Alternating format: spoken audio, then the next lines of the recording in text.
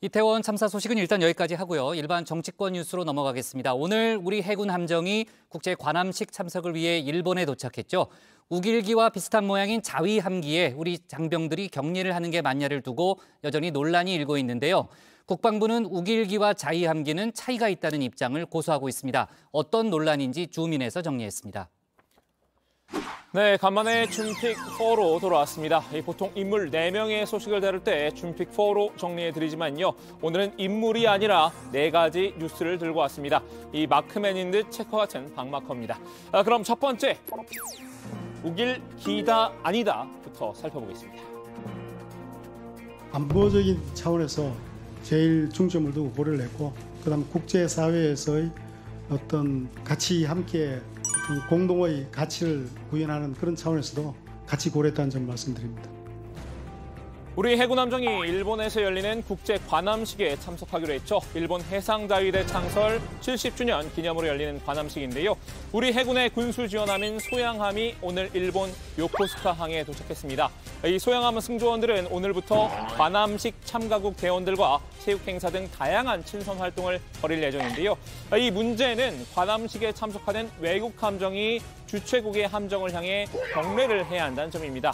일본 해상자위대 함정에 내걸린 자위함기, 일본 제국주의를 상징하는 이 우길기와 비슷한 모습이죠. 관함식 참석을 떠나서 과연 우리 장병들이 우길기에 경례한 게 맞느냐는 지적이 나왔는데요. 국방부가 내놓은 해명은 이 자위함기와 우길기의 형태는 다르다였습니다. 형상은 비슷한 모습으로 느낄 수가 있는데 자세히 보면 차이가 있는 것이고 나타나는 이미지, 그 느낌, 이것은 비슷하다고 보시면 될 것 같습니다. 어제 국방위에 출석한 이종섭 국방부 장관의 설명도 마찬가지였죠. 두 기가 엇비슷하지만 차이가 있다는 기존 입장을 되풀이한 건데요. 야당은 강하게 반발했습니다. 우길기에 대해 격려하는 게 뭘 의미합니까? 일제 침략을 인정한다는 것 아니에요. 상징적인 부분에 대해서 잘못된 판단이라고 생각합니다. 국민의 분노가 있을 수밖에 없다고 봅니다. 전국민 청력 테스트에 이어 이번엔 시력 테스트일까요? 이 성신여대 서경덕 교수는 이 장관에게 우길기와 자위함기를 다르다고 판단한 근거를 제시하라고 목소리를 높였는데요. 이 일본 외무성의 홍보 자료 등을 살펴보면 일본 정부도 이 자위함기는 우길기와 같다는 점을 공식적으로 인정하고 있는데 말이죠.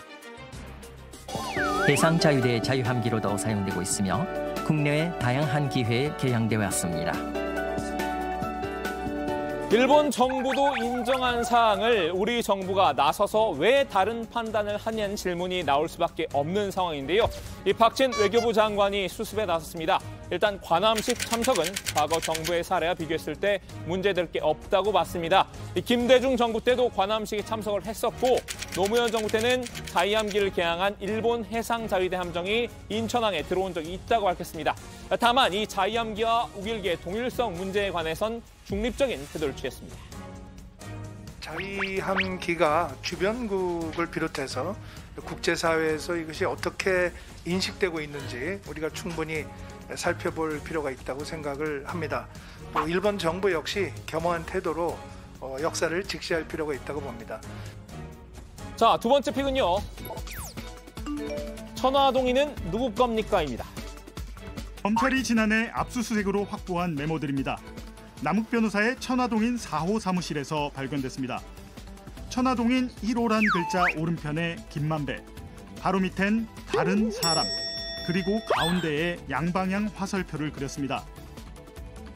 대장동 수사의 최대 관심사로 뽑혔던 사안이죠. 이 천화동인 1호 실소유주 논란이 다시 수면 위로 떠올랐습니다. 검찰이 실소유주 논란을 원점에서 다시 들여다보고 있는 건데요. 이 천화동인 1호 대장동 사업자 지분의 30%를 보유한 곳이죠. 이 전체 배당금 4,040억 원 중 가운데 가장 많은 1,208억을 받았는데요. 김만배 씨가 대주주인 화천대유가 지분을 100% 소유한 자회사입니다.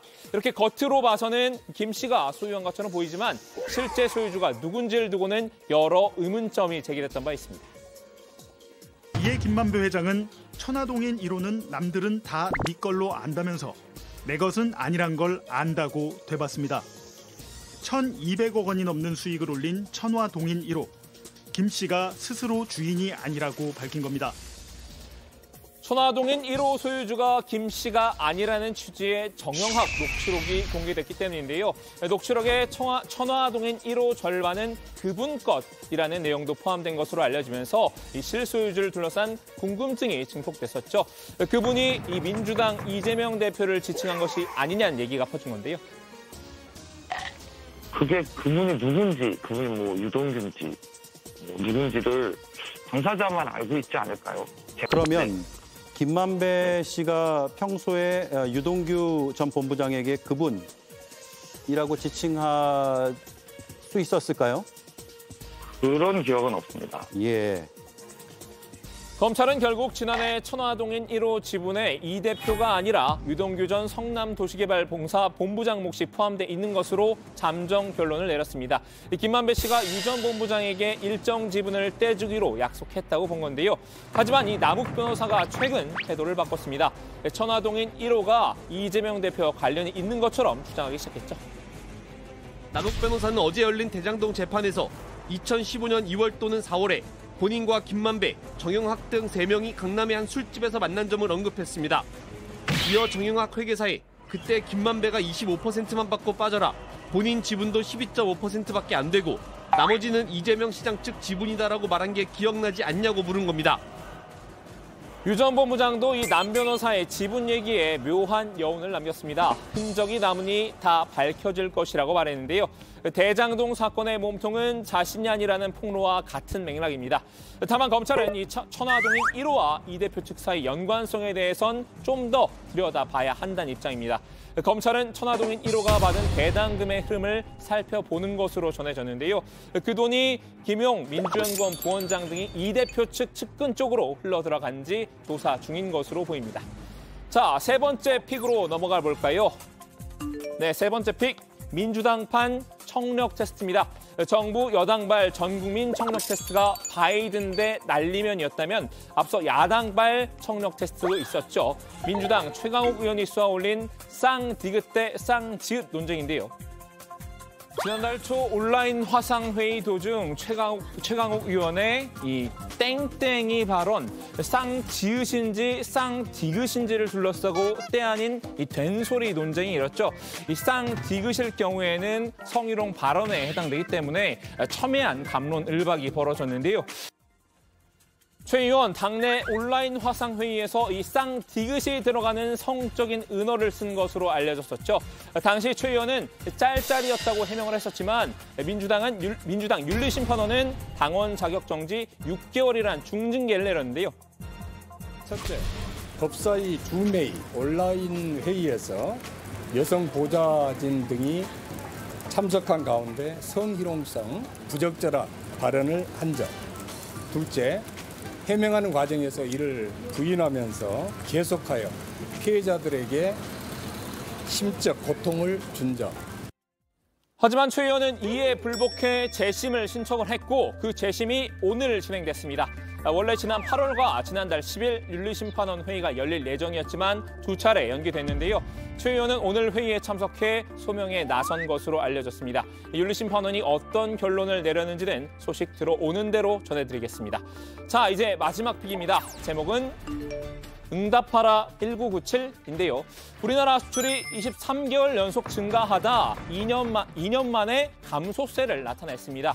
무역 수지는 지난 4월부터 7개월 연속 적자를 기록했는데요. 이 7개월 연속 적자는 지난 1997년 IMF 외환위기 사태 이후 25년 만에 최장 기간입니다.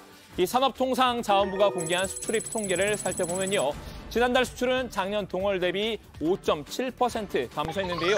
수입은 반대로 9.9%가 늘어나면서 무역 적자가 67억 달러를 기록했습니다. 10월 수출액은 524억 8천만 달러로 전년 동월 대비 30억 달러 이상 줄었는데요.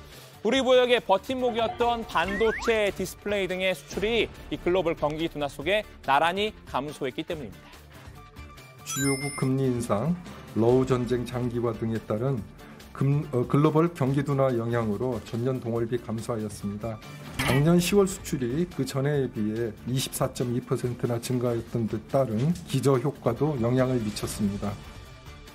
특히 우리 제품이 가장 많이 수출되는 중국의 경우 월 수출액이 15% 하락했습니다.